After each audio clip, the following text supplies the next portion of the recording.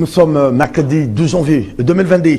Ça ne tourne pas rond. Alors ça tourne pas rond auprès du président de la République, dans les sérails du chef de l'État, veillée d'armes, après l'annonce du chambardement annoncé par le président de la République, que ce soit au gouvernement, tout comme autour de son cabinet, déjà des échanges épistolaires entre Guilain Nyembo et le ministre des Finances, Nicolas Kazadi. Guilain Nyembo, qu'on accuse d'avoir attribué du marché des plaques minéralogiques, marché passé, selon le média, des gré à gré avec une firme dénommée Maximum Beu. Allez, coût du montant 476 235 $ américains, sans passer par le ministère des Finances, moins encore la DGI.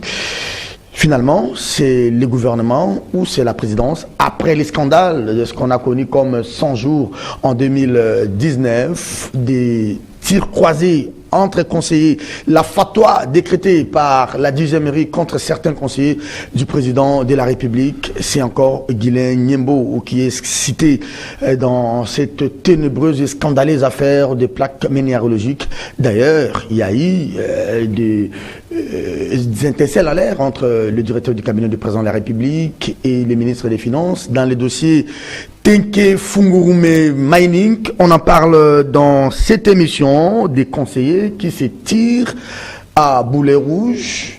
En tout cas, les deuxièmes mandats s'éloignent de plus en plus avec tous ces projets nuls, 100 jours, Tilégelou, Daipen. Le chef lui-même l'a dit, il a même failli verser des larmes au Kassai. Et il promet de ne pas revivre la même situation à l'Équateur. Même si l'Équateur, ça sera peut-être plus. On en a parlé hier. La CENI, avec le secrétariat exécutif national qui affiche désormais complet, avec la nomination de Madame Marie-Josée Kapinga Bondo. Sa nomination est intervenue hier. Après l'exécutif national, il reste peut-être les chefs des provinces, tout comme les chefs d'antenne au niveau des villes et territoires. Véritablement, le processus électoral plus que relancé. Merci, vous avez choisi CCTV pour vous informer. Kiosque fait partie de ces émissions d'information également. On commence avec Innocent Olenga, parce que c'est lui l'aîné sur le plateau. Bonjour et bienvenue. Bonjour Serge Kabong. Merci pour l'honneur que vous me faites. En dehors du menu, un seul sujet à l'ordre du jour, à part la CENI, un sujet particulier. Rapidement, on va aller dans le vif de notre thème. Oui, justement, j'ai une inquiétude, Serge Kabongo, c'est par rapport à l'incivisme routier entretenu par les autorités, et dans la plupart des ministres. Je me rappelle, ou vous vous rappelez, il n'y a pas très longtemps, le chef de l'État avait demandé aux membres du gouvernement, ainsi qu'aux membres de son cabinet, d'être exemplaires sur la route, de respecter les codes de la route. Mais notre inquiétude est que beaucoup de ministres roulent d'abord avec des plaques bâchées. On se pose la question pourquoi, en commençant par les ministres de l'Intérieur aussi. Et les escortes, les véhicules d'escorte sont aussi bâchés. On se pose la question, la police craint quoi pour être identifiée? Non, mais ils savent que quand ils font du bévu sur la voie publique, il ne faut pas prendre la photo de leur plaque parce qu'on risque d'exploser. Justement, c'est ça même l'inquiétude de Serge Kabong. Si un ministre qui a un véhicule bâché, parce qu'il roule toujours à vive allure, parvenait à connaître un accident, comment va-t-il être identifié? Pourquoi donne-t-on un travail très dur aux agents de les pauvres roulages? Parce que là, ils sont partagés entre l'exécution de l'ordre du général et la crainte des autorités. Et là, nous appelons à la rigueur du général Silvano Kasongo, qui les remettent quand même de l'ordre. Au niveau des ministres, comme il avait déjà commencé l'opération, apparemment, il a baissé les bras. Je ne sais pas s'il y a des pesanteurs, mais c'est triste. C'est une réalité triste. Parce que ce n'est pas la période de courtoisie qui continue. Mais la courtoisie ne demande pas la violation du code de la route. Tout véhicule doit être identifié sur la route. Merci. Innocent Olenga Lumbaye. Innocent, je n'ai toujours pas eu mon livre. Hein. Ah, il y en a assez. Je vais vous en procurer. Ok. Maître Hervé Diakessé m'a revu le premier que vous m'avez donné. Allez, en face d'Innocent, nous aurons Patrick Eyalé. Bonjour et bienvenue, Patrick. Bonjour, Serge. Maman. Vous avez passé les festivités à Kazangoulou, comme on dit. Hein. Oui. J'ai bon. été voir monsieur mon père qui a pris sa retraite dans cette paisible contrée de la République. Oh, ouais. Et qui a préféré habiter la brousse.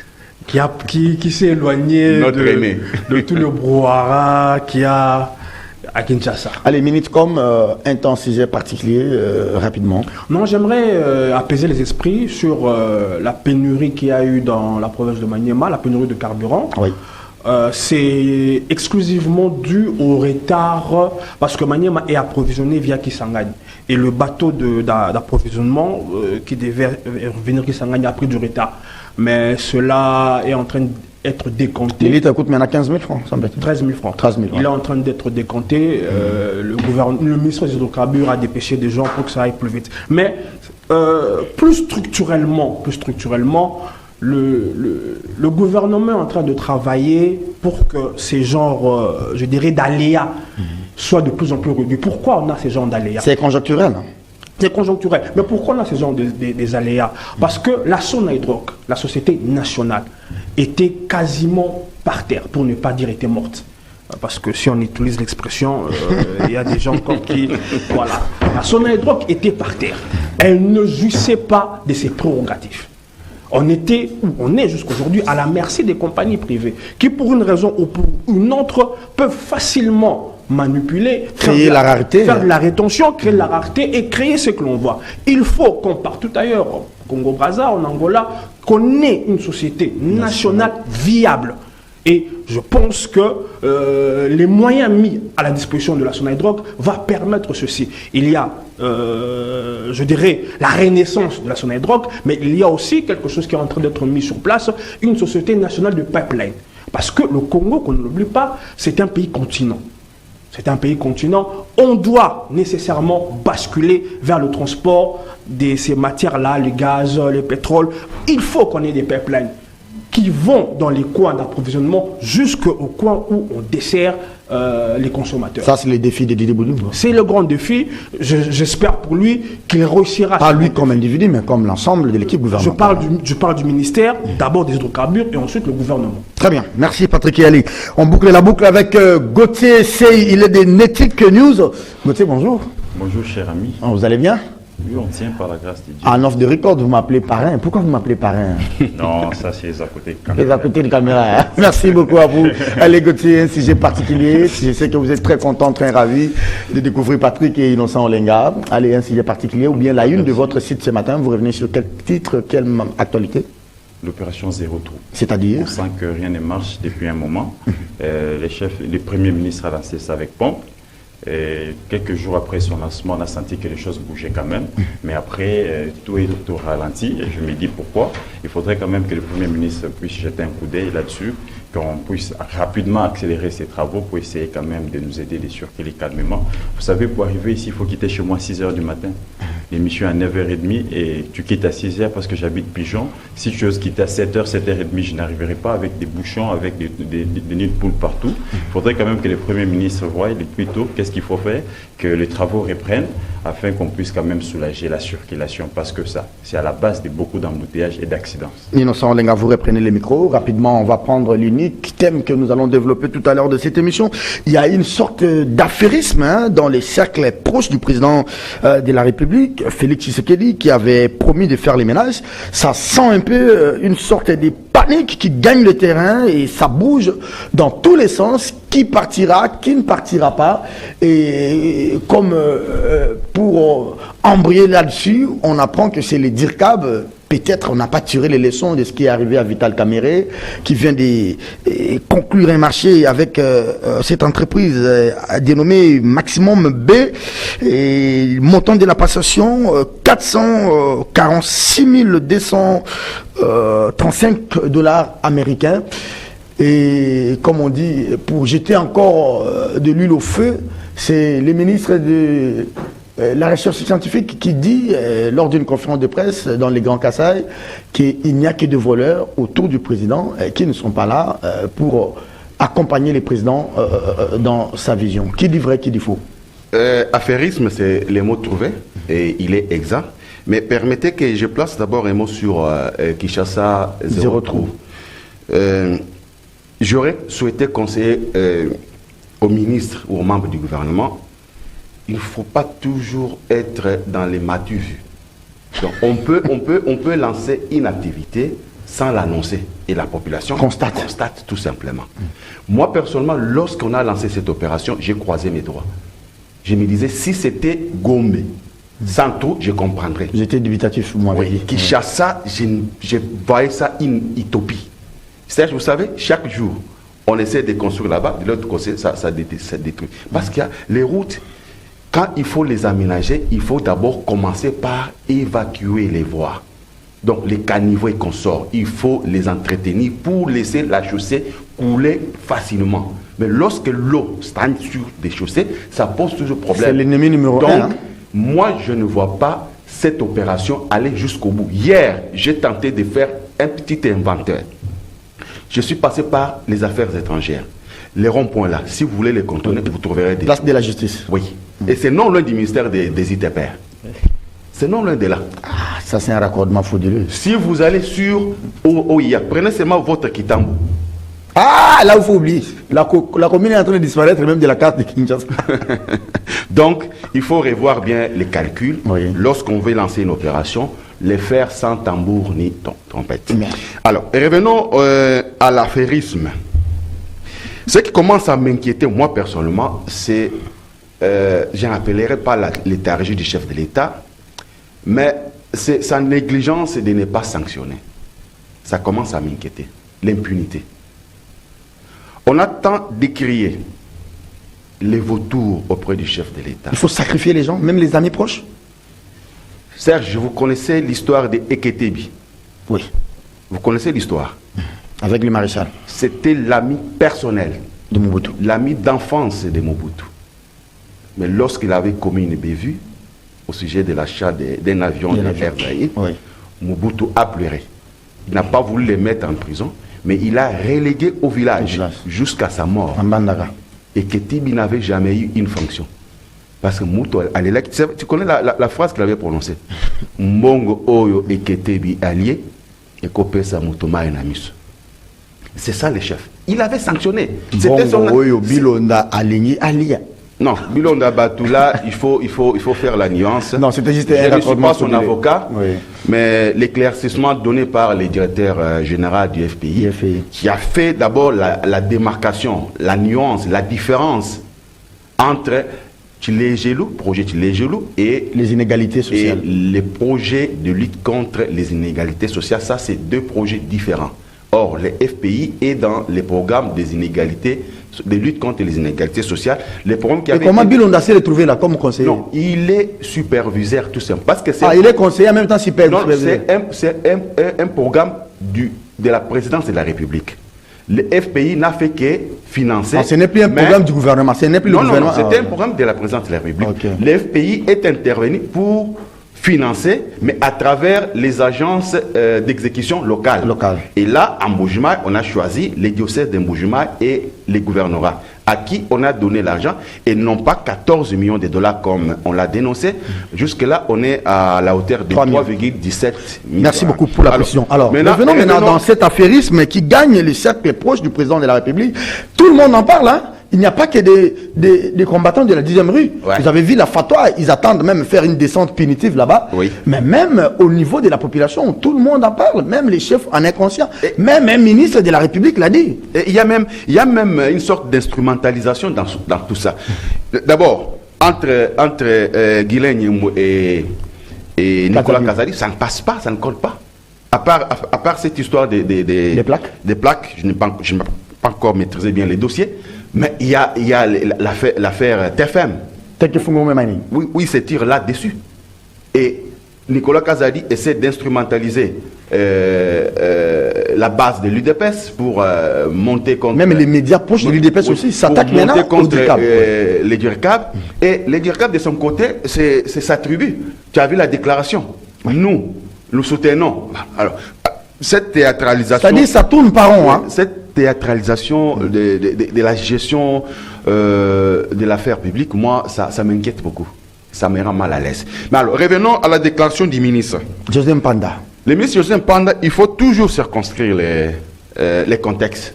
Vous savez, lorsque le chef de l'État a parlé de Machi Amoumen, il y a eu beaucoup d'interprétations. Serge, la langue, quand on ne la maîtrise pas, il ne faut pas s'hasarder à faire l'interprétation. Quand on ne maîtrise pas la langue.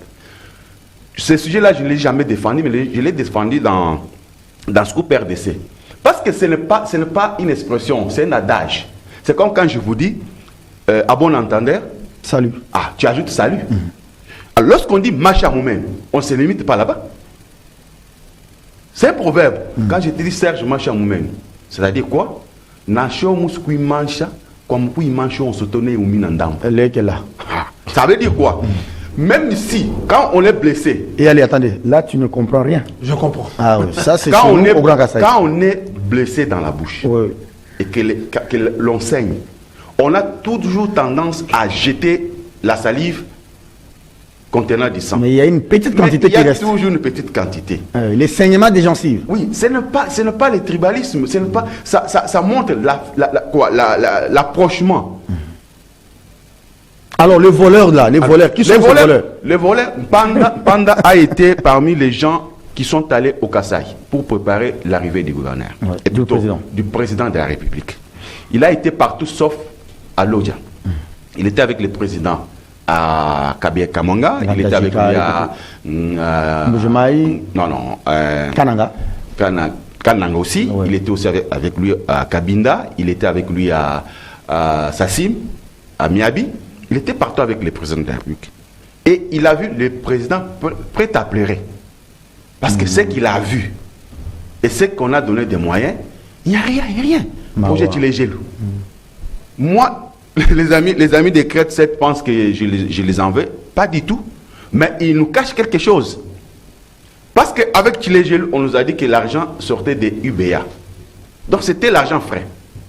Et pourquoi les travaux piétinent? C'est parce qu'il y a des petites commissions là-dedans, là, par-ci, par-là. Et Crête 7 est en train de cacher toutes ces pressions des gens qui demandent des rétrocommissions. Mais qui sont ces gens? Ce sont les gens qui sont autour du président. Justement. Les hommes du président. Alors, le président est en Kwadi. C'est un projet pilote de culture de maïs. Rien de visible n'est là.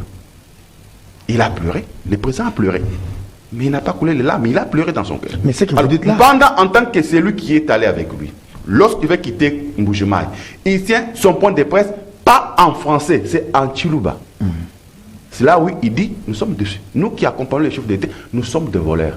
Donc c'est les nous majesté. Oui. Ce n'est pas les nous de lui et là-dedans, parce que lui n'a jamais géré le Kassai oriental.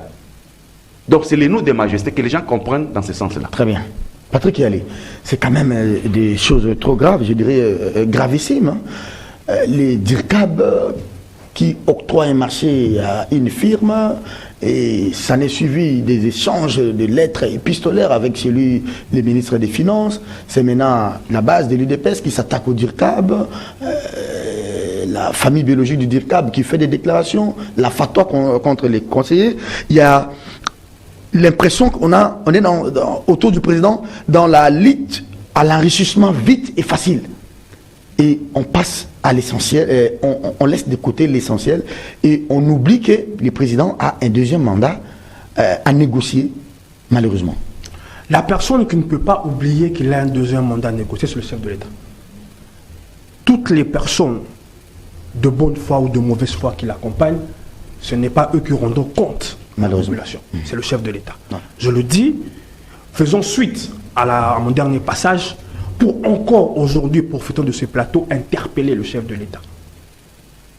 Parce que tout ce qui se passe dans la basse-cour, le responsable, celui à qui on imputera cela au moment indiqué, ça sera lui. Mais les problèmes aussi, est-ce qu'il n'est pas aussi, comment on dit, dans une...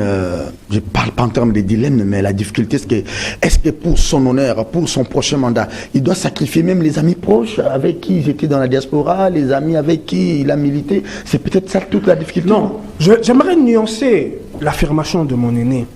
La faiblesse qu'on a toujours eue avec nos chefs de l'État, c'est cette faiblesse à la sanction. Et ça a commencé avec Mobutu. C'est vrai qu'il y a eu des moments où le Rubicon était franchi et devant cet état des choses, il arrivait à Mobutu de sanctionner. Il arrivait aussi à Kabila de sanctionner. Mais les sanctions tant entendues au regard des crimes commis n'ont jamais été au rendez-vous. Jamais été au rendez-vous. Vous avez parfois des gens qui s'en sortaient avec tout leur butin, si on peut appeler ça ainsi. Tout leur butin. La faiblesse de la sanction est l'un des talons d'Achille du leadership de l'homme congolais.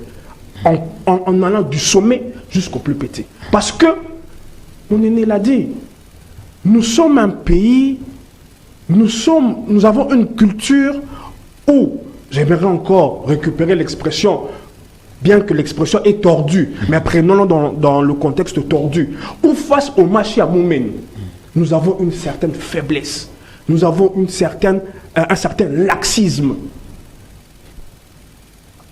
tout en ignorant que ce sont les Machi à Moumène, pour la plupart, qui sont en train de créer votre trou. Ça s'est passé avec le président Maréchal, avec...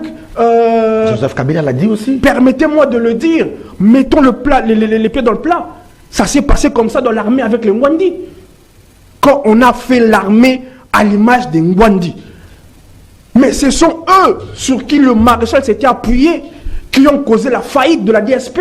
Tu sais de quoi je parle? J'aimerais pas citer les noms. Ce sont mes oncles, attention. Malheureusement, je n'aimerais pas citer le nom. Mais on sait comment ils ont affaibli l'armée. Ils étaient devenus plus affairistes. Plus dans les affaires.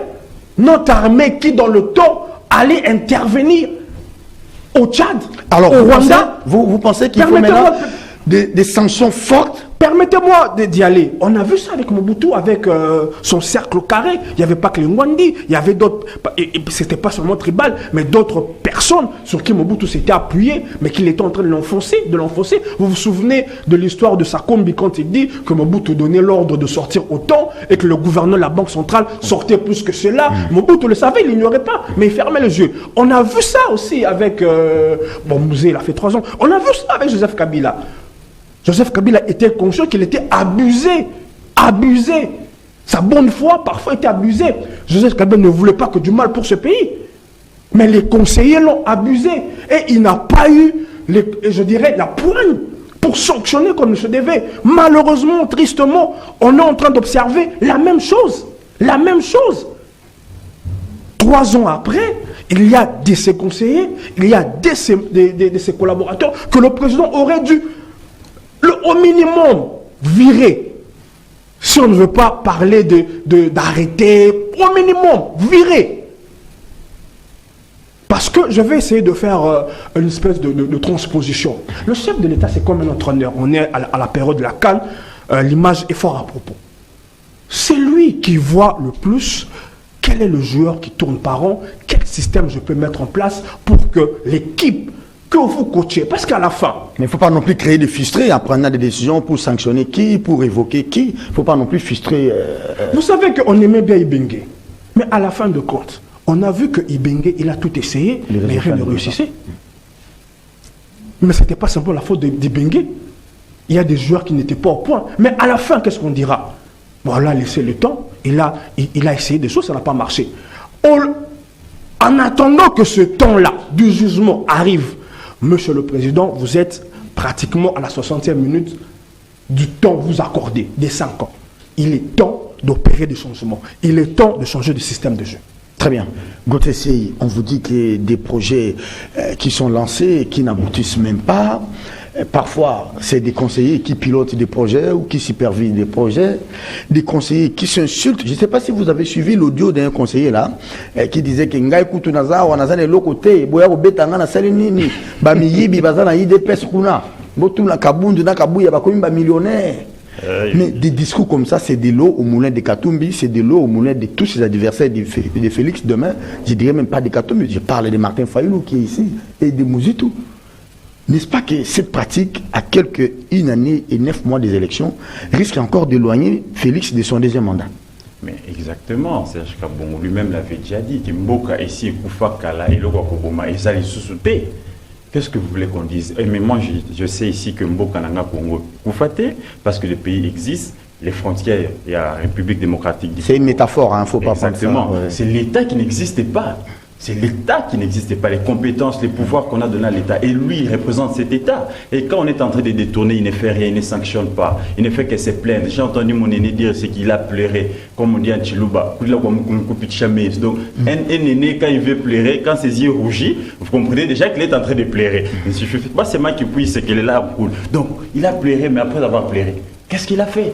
Il était à Béni, il a aussi pleuré quand il était à Béni. Il s'est rendu compte que les nombres d'éléments qu'on avait donnés, ce n'était pas ce qu'il a trouvé sur terrain. Et après, lui-même a été bloqué en allant vers l'Omami à Kabinda. Voilà tout ça. Et il ne fait que pleurer. Et la suite, c'est quoi? Donc vous comprenez ici, c'est comme disait Netic News dans un article avant-hier, c'est comme s'il était les parrains de tous les détournements des fonds publics dans ce pays.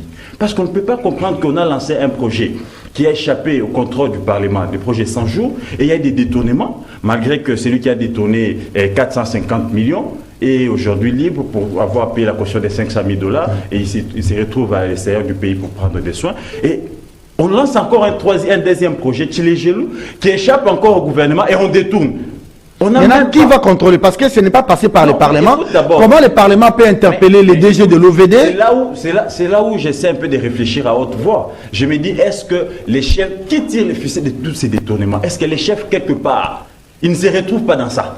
Ça, c'est des questionnements. Ce sont des questionnements. Est-ce qu'il ne se retrouve pas dans ça? Est-ce qu'il est innocent dans tout? Est-ce qu'il est aussi innocent? Est-ce qu'il n'y a pas des proches à lui, des très très proches, qui se retrouvent et il se sent maintenant mal à l'aise de sanctionner parce qu'on risque maintenant, la liste risque d'être longue. Donc ici, il y a un problème de l'État. Et le vrai problème de l'État, c'est d'abord les chefs de l'État lui-même, les présidents de la République, les garants de bon fonctionnement des institutions, les magistrats suprêmes, les commandants suprêmes. Et dans tous ces secteurs-là, ça ne va pas. Et lui ne dit mot. Quand vous voyez ce qui vient de se passer entre Nicolas Kazadi et Guilain Nyembo, l'aîné a rappelé d'abord les problèmes de Teke Fungurume.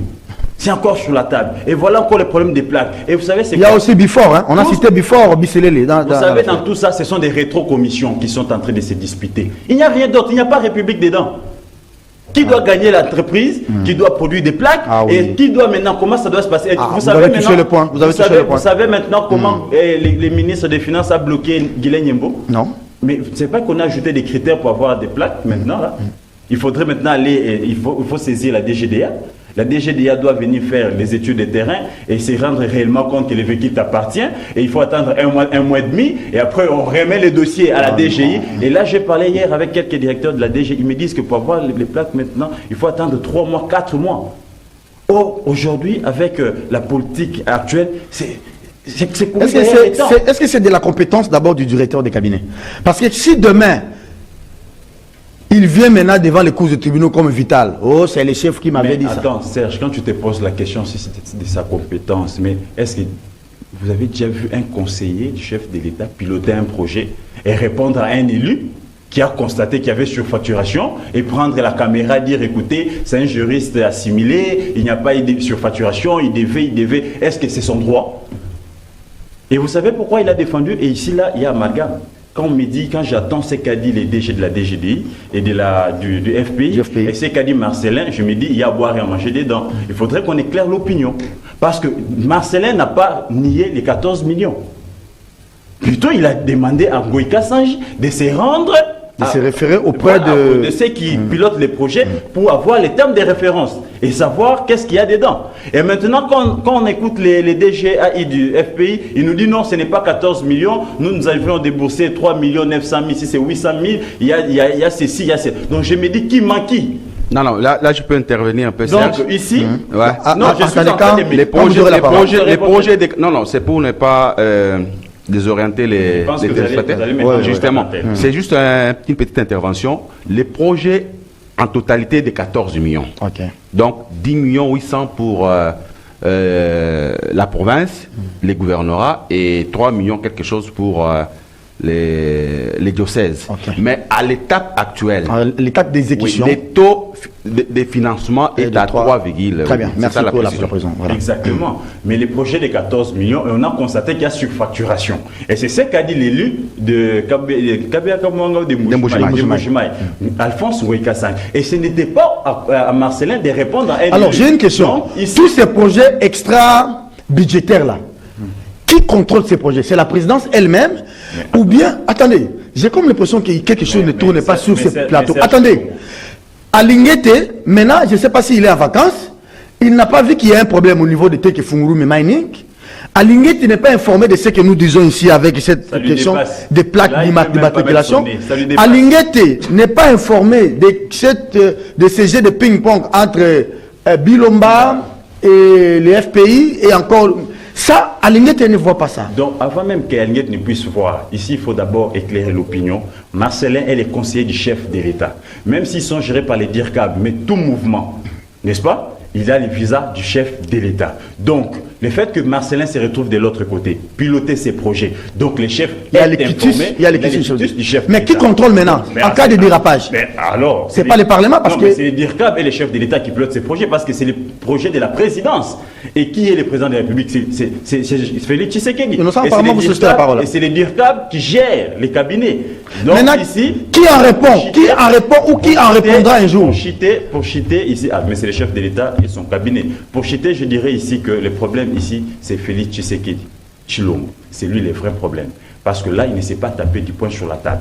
Tout ce qui se passe dans ces pays, j'ai l'impression que les gens sont maintenant habitués à détourner. Donc, j'ai un enfant de 9 mois, je dois l'apprendre que tu peux détourner l'argent de l'État, tu iras faire 2 mois, 3 mois, tu sortiras pour une caution qui ne représentera absolument rien, tu garderas tes millions. C'est malheureusement ce que c'est le moment que le chef puisse maintenant taper du poing sur la table. C'est malheureusement, même si moi-même je ne le confirme pas, mais l'image que ça donne, c'est que... Parce que vous savez, dans la gestion, quand vous êtes dans des projets extra-budgétaires, ça ne donne pas une bonne image, quoi. Ouais, vous avez posé la question qui va répondre. Qui en répond un jour? Justement. Qui en répondra? C'est là où il y aura la confusion. Parce que les chefs de l'État n'est pas rédévable devant les parlements. Et pourtant, ils posent les actes de gestion. Alors, c'est là où, moi, il y a une inquiétude, mais pas la moindre. Le cabinet du chef de l'État veut prendre la place du gouvernement. Vous l'avez même constaté dans la tournée du chef de l'État au Kasaï. Aucun ministre. Ce qui était beaucoup plus visible, c'était des conseillers. Ils étaient visibles et ils prenaient la parole en désordre. Est-ce qu'on est conseiller de quelqu'un, même de l'ombre? On peut être même conseiller des ministres, mais on n'a pas droit à parler au nom du ministère quand on n'a pas l'aval.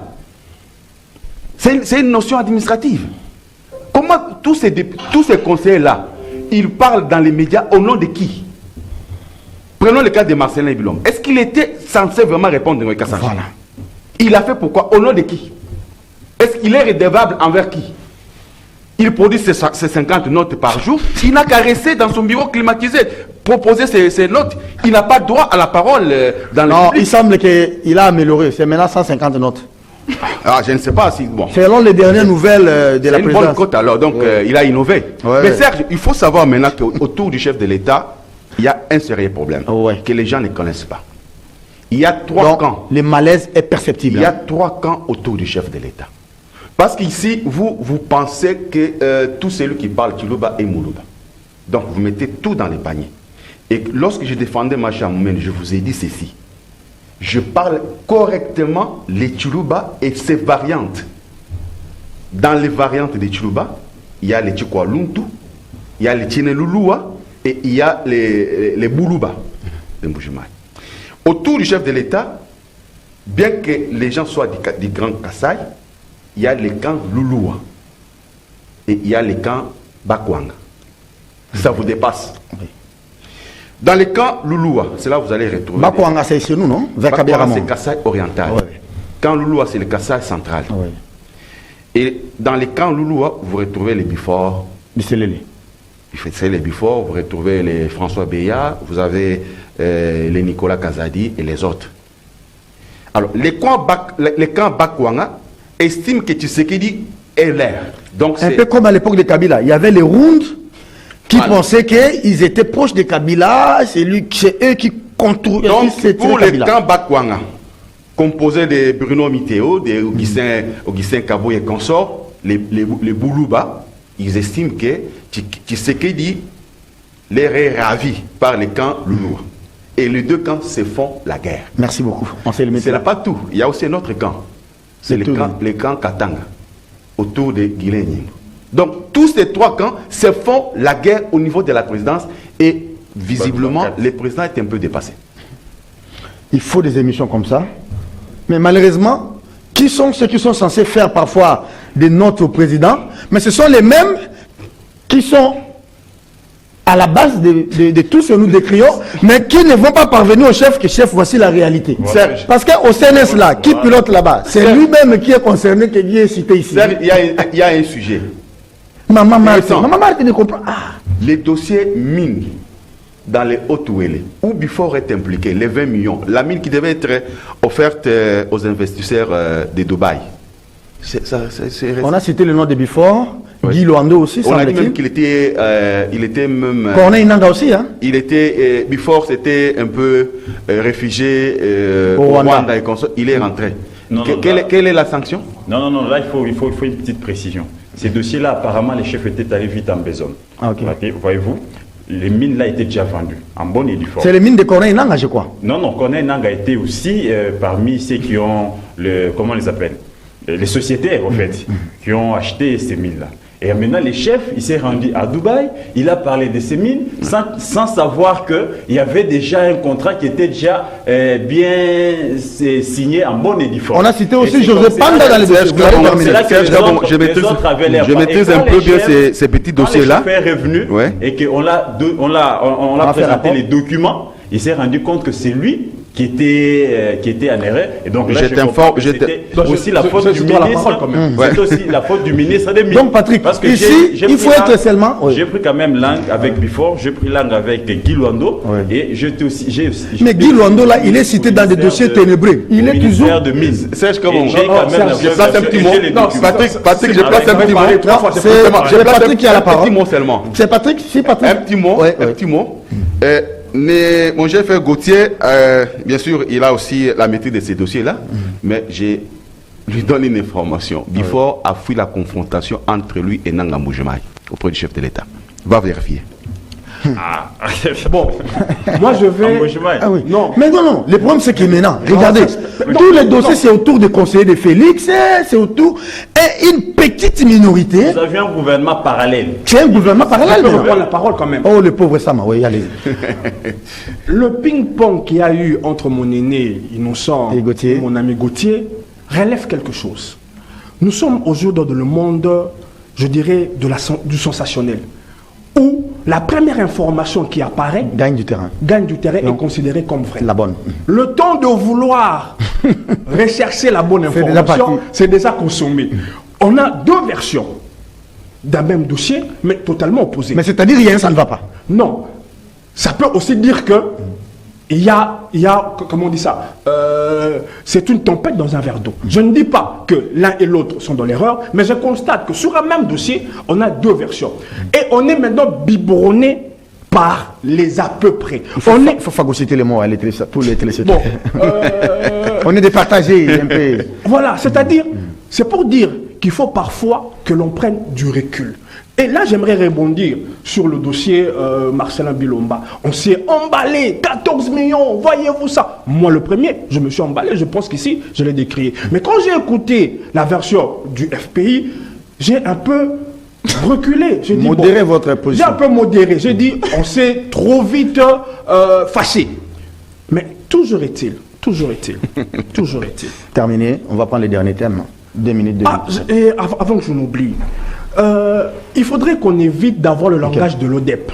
Vous savez, cette structure-là politisée qui est là pour tout noircir. Il n'y a pas eu un détournement de 450 millions. Il y a eu un détournement qui était évalué à 50 et quelques millions. Et l'accusé avait parlé d'une boîte en Pandore et ses partisans nous avaient fait penser que dans ce procès, on connaîtra les noms d'autres complices. Le procès a duré le temps que ça a duré. Les noms des complices présumés que Gauthier a supposément dit ici ne sont jamais apparus. Je ne pense pas que M. Vital Kamerhe est de la même espèce que Jésus pour porter les péchés à la croix de tout le monde. Très bien. Quelle est maintenant la responsabilité du parti présidentiel qui est l'IDPS?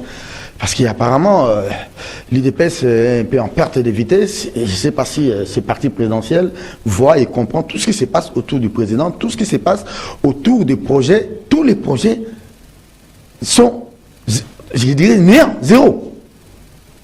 Je ne sais pas si le président va dire quoi. Même ces projets dits de la gratuité, on vous dit qu'au Kasaï, là-bas, vers Chikapa, ça ne marche pas. Dernier mot sur la CENI, avec vous d'abord Gauthier. L'exécutif national affiche désormais complet. Après Toto Totokani, Marie-Josée Kapinga Bondo a été nommée comme l'adjointe. Peut-être qu'interviendront dans les semaines à venir les chefs d'antenne provinciales, les chefs provinciaux, et terminer avec les chefs locaux dans les territoires et villes. Et décidément, ça c'est peut-être l'année pour préparer le processus. Malheureusement, Serge Kabongo, les bureaux ne font pas vraiment le travail, des fonds de la CENI. C'est les secrétaires exécutifs qui travaillaient déjà, malgré qu'on cherchait à ce qu'on puisse installer les bureaux.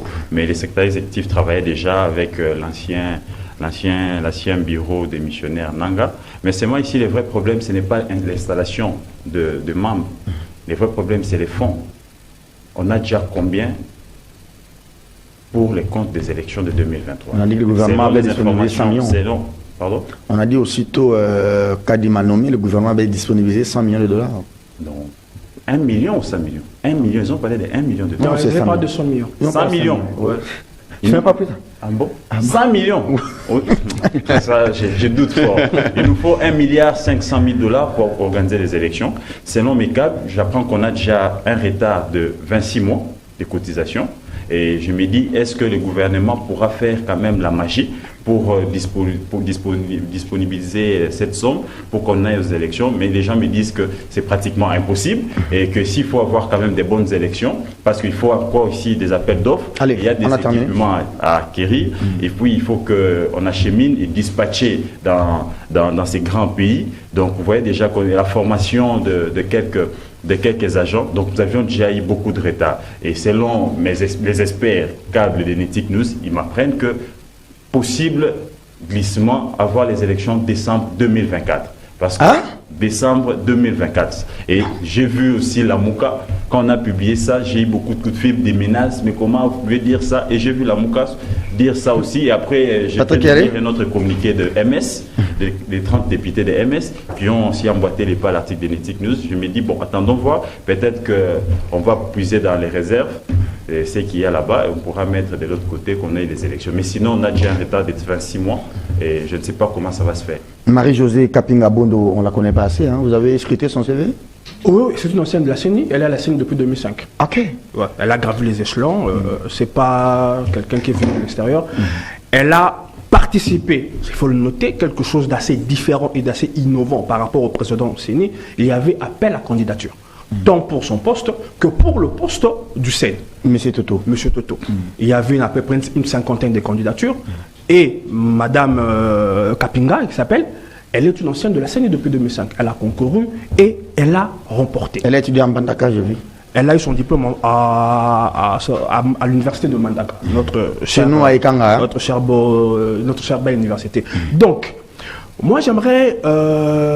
c'est vrai, l'histoire de 100 millions, c'est 100 millions, mais les 100 millions n'ont pas été disponibilisés. Après les 100 millions, on a près de 250 millions.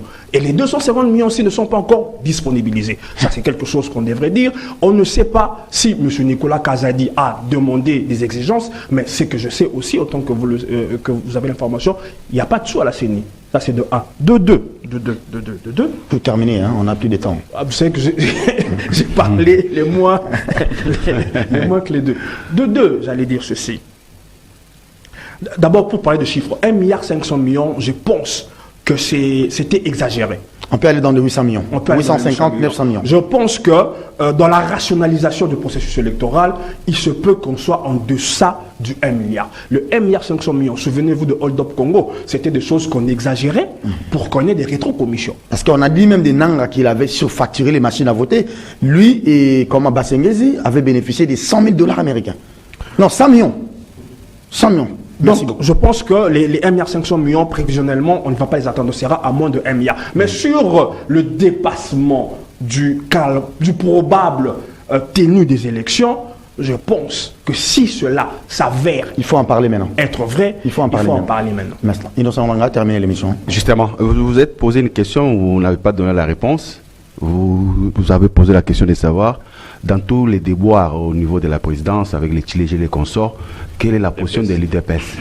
Je vous informe ici que l'UDPS ne contrôle pas la diaspora. Ouais, la diaspora, c'est un électron libre. Donc, si vous posez la question à Kabouya, tant qu'à même à Kabound, ils vous diront qu'ils ne contrôlent pas la diaspora. C'est ça la réalité. Madame, Monsieur, merci à vous d'avoir été des nôtres. Que c'était Innocent Olenga Lumbaye, Gauthier Sey de Netuk News, Innocent de Scoop RDC. Merci aussi à Patrick Yalé, à vous, chers téléspectateurs, d'avoir été des nôtres.